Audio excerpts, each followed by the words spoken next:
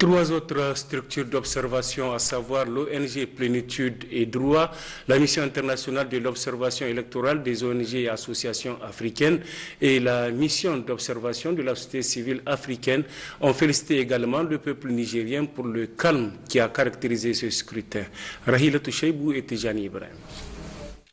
Les missions d'observation internationale électorale de l'ONG Plénitude et Droit, de la société civile africaine et des ONG associations africaines ont, à travers ces déclarations, salué le climat pacifique qui a caractérisé la campagne électorale et les votes du deuxième tour des présidentielles 2021.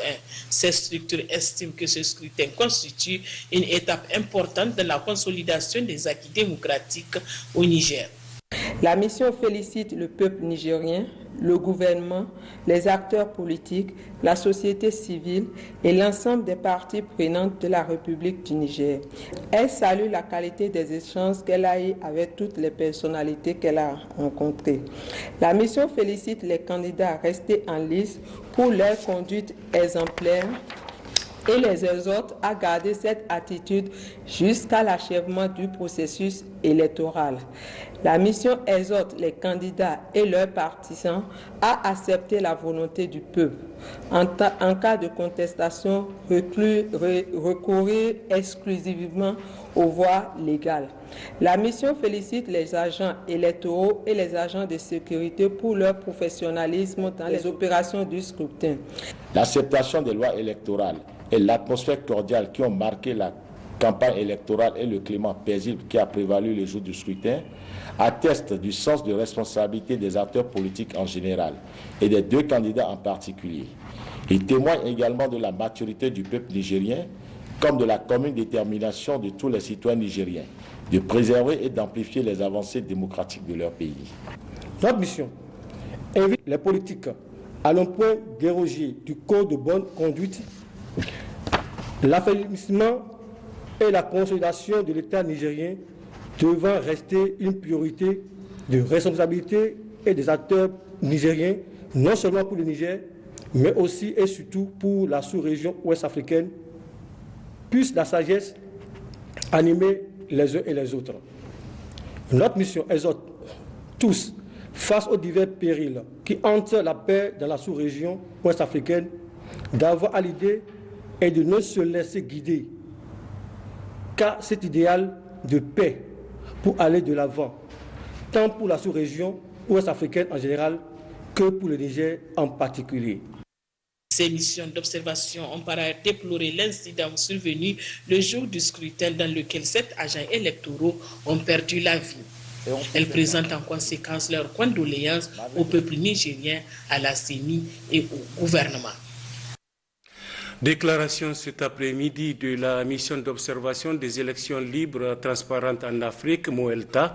Cette structure a sillonné plusieurs régions du pays dans le cadre du second tour des élections présidentielles du 21 février 2021 et souligne que ce scrutin a été marqué par une sérénité dans tous les bureaux de vote et apprécie le sens de responsabilité du peuple nigérien.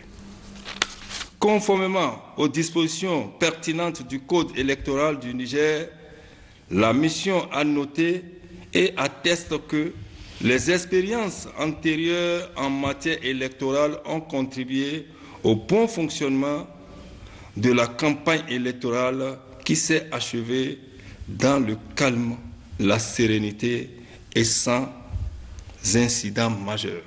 La sécurisation du scrutin a été garantie en majorité avec un professionnalisme exemplaire dans tous les centres du bureau de vote. La mission affirme aussi que le matériel électoral était disponible dans tous les bureaux de vote visités. Les bureaux de vote étaient situés dans des endroits accessibles aux électeurs. Placement adéquat des isoloirs qui garantissent le secret du vote. Existence de bulletins suffisants pour les électeurs inscrits dans les bureaux de vote. En conformité avec les dispositions du Code électoral, la clôture des bureaux de vote s'est faite dans le calme et conformément à la procédure en vigueur. La mission n'a pas constaté d'éléments majeurs ni incidents majeurs ayant entravé et perturbé dans sa globalité la bonne marche des sélections.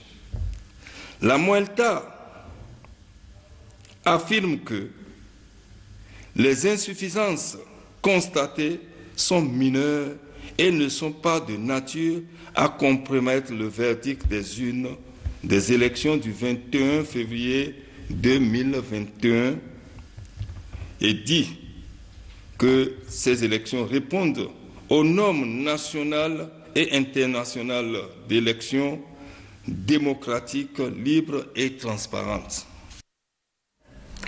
Le ministre de l'Agriculture et de l'Élevage, chargé des relations avec les institutions, Youssouf Barkaï, a procédé ce matin à l'inauguration de la cellule géomatique et de digitalisation de son ministère, un projet réalisé dans le cadre de la coopération Sud-Sud Maroc-FAO-Niger, un outil permettant de faciliter la collecte et l'analyse des données, leur traitement et la sortie des rapports d'enquête et d'autres études. Hamid Abdoulaye, Aïchetbawa.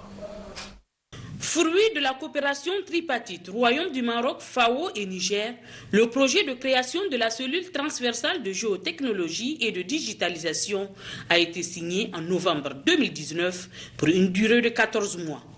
Un an après la signature, le projet vient d'aboutir avec l'inauguration ce matin de la cellule géomatique et de digitalisation.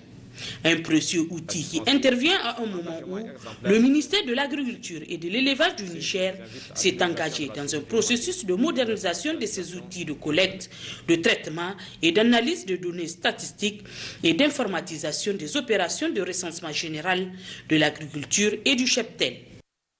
La transformation digitale du secteur agricole est aujourd'hui un moyen clé prometteur d'une gouvernance intelligente visant une augmentation durable de la productivité agricole.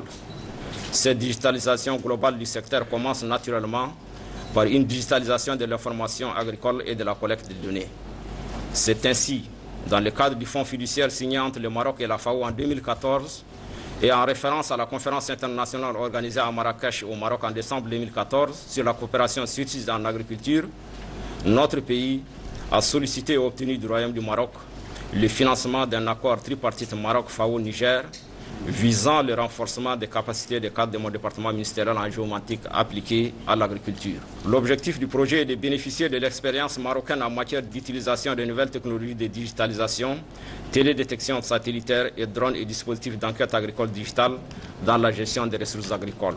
Dans son intervention, la représentante du ministère de l'Agriculture du Royaume du Maroc a confirmé le ferme engagement de son pays à travers la signature de ce projet à accompagner le Niger dans sa marche vers un développement agricole durable et à appuyer son plan digital Niger 2.0. Quant au directeur général du Centre régional africain des sciences et technologies de l'espace, il s'est réjoui du choix porté sur son centre pour former, développer et renforcer les compétences du staff de cette nouvelle cellule. Le représentant résident de la FAO, l'une des parties de mise en œuvre de ce projet, est revenu sur l'importance de la création d'une telle cellule au Niger, pays d'agriculture et de l'élevage par excellence.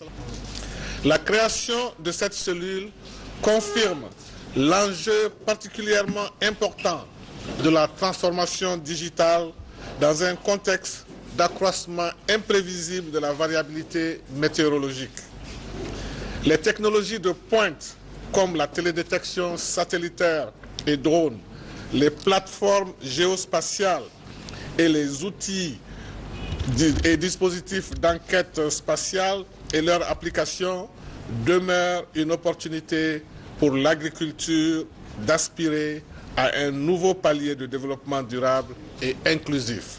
L'exploitation de cette cellule permet de mieux garantir la fiabilité et la qualité des données qui ne manqueront pas d'informer les décisions des autorités en matière d'agriculture et même plus. En utilisant les données d'images satellitaires, le Niger pourrait à l'avenir détecter par exemple les anomalies, les ennemis et bien d'autres.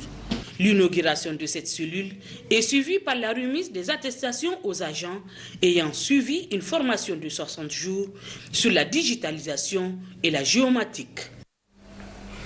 Le directeur général sortant de la Société d'exploitation des eaux du Niger, SEN, René Matillon, honoré ce matin par le réseau des journalistes pour l'eau, l'hygiène et l'assainissement Régia, qui lui a décerné un témoignage de satisfaction pour les importantes réalisations faites sous sa houlette dans le cadre de l'amélioration de la desserte en eau potable des populations nigériennes. La cérémonie s'est déroulée à l'hôtel Radisson Blu en présence du directeur général entrant et des cadres de la SEN. Gérard Abdelaziz et Imran Boubacar Mega.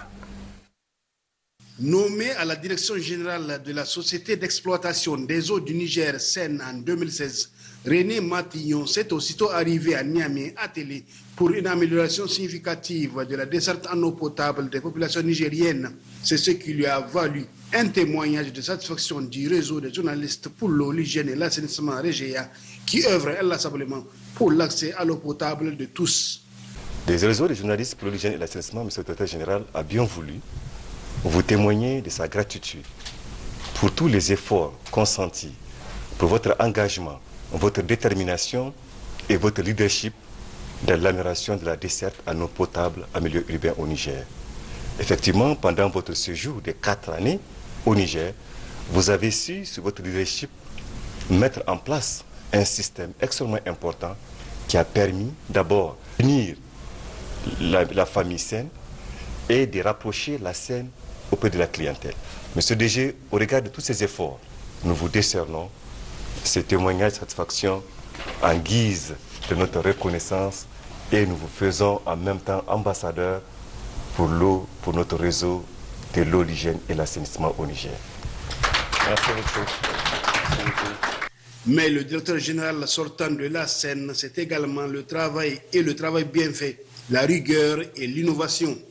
Nous avons développé ou mis en service des logiciels pour la relève, par exemple, qui permet de prendre des photos pendant la relève pour mieux convaincre nos clients en cas de contestation. Nous avons aussi diversifié nos partenaires pour les paiements des factures. Nous avons ouvert une agence en plus. Nous avons ouvert des points d'encaissement pour être le plus proche possible de nos clients. Au niveau de l'usine de Yantala, nous avons aussi fait beaucoup de réalisations pour rendre l'eau de plus en plus potable, pour faciliter aussi le travail de nos agents. Non seulement nous avons fait des améliorations pour nos clients externes, ça veut dire les abonnés, et les clients internes, les travailleurs de la SEN. Nous sommes équipés des outils modernes pour améliorer la desserte en eau potable. Il y a notre laboratoire de l'usine de Goudel qui a été complètement rénové. La télégestion aussi, nous sommes équipés des systèmes modernes. Donc je peux dire, pendant les 4 ans de M. René Matillon, il a essayé de faire le maximum. Très ému par cette double marque de reconnaissance, les mots ont manqué au directeur général sortant de la SEN pour exprimer sa gratitude. Pour moi, ça a été un honneur de travailler à la fois avec le réseau des journalistes de l'eau et de l'assainissement. C'était un honneur aussi d'avoir représenté cette société au Niger. C'est une société qui, pour moi, est une société modèle. J'aurais aimé encore plus, mieux faire encore, mais bon, voilà. Et je suis en tout cas pas le seul, hein. J'ai une équipe dirigeante qui est ici, que l'on doit remercier, et remercier tous les salariés de la SEN qui, j'en suis sûr, sont engagés 24/24 et 7/7 pour un service. Ainsi, après 4 ans de bons et loyaux services à la tête de la SEN, René Matillon quitte le Niger avec le sentiment de devoir accompli. Il passe le relais à Denis Reboul qui s'engage à poursuivre l'œuvre entreprise par son prédécesseur.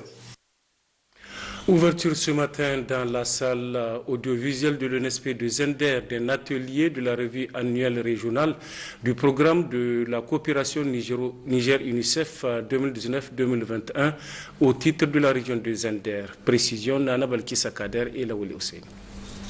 2 jours durant, les différentes délégations de Niamey, Maradi et Zander, réunies pour cette revue annuelle, se pencheront sur la mise en œuvre de l'année 2020 du programme de coopération Niger-UNICEF 2019-2021. Cela afin de proposer des mesures correctives éventuelles en vue d'accélérer l'atteinte des résultats planifiés. Le présent atelier sera enfin pour nous l'occasion d'ajuster les activités prévues mais non réalisées afin de mettre à jour la programmation de cette dernière année de mise en œuvre de ce programme de coopération. Cette revue se tient dans un contexte sanitaire très particulier lié à la pandémie Covid-19. De ce fait, la mise en œuvre durant ces 2 années n'a pas été épargnée et a connu beaucoup de soubresauts. Au Niger, nous savons que le programme de coopération Niger-UNICEF est une référence en termes de l'exemplarité du partenariat et d'appui aux politiques et stratégies nationales qui ont été définies par le gouvernement. Sur ces mots, vraiment, je compte beaucoup sur la détermination des différents acteurs que nous sommes pour aboutir à des résultats meilleurs. Cette revue annuelle, la 2e du genre, se veut également un cadre d'échange entre les différents acteurs intervenant dans le domaine et les partenaires. La région de Zander, par ma voix, salue à juste titre la formule de revue annuelle et régionale qui permet aux autorités administratives et coutumières, aux services techniques centraux, régionaux et départementaux, aux partenaires au développement et à la population de la région d'apprécier les efforts et les résultats obtenus à travers la mise en œuvre de ce programme de coopération Niger-UNICEF. Il me plaît aussi de souligner que notre région a eu le privilège d'être couverte par le programme de coopération Niger-UNICEF dans les domaines de la santé, de la protection et de la formation des droits. Ces activités de concentration à haut impact, financées à travers un partenariat multiple constitué de la Banque mondiale, GIZ, PAM, UNICEF, État du Niger. Pour sa part, le secrétaire général de la ville de Zander, Mohamed Janti, s'est réjoui du choix de son entité pour abriter cette grande rencontre avant d'encourager l'UNICEF pour les multiples actions menées, particulièrement en faveur des femmes et des enfants de la région de Zander. En effet, le programme de coopération Niger-UNICEF intervient dans 4 communes pilotes, à savoir Kanché, Yaouri, Koleram et Gafati.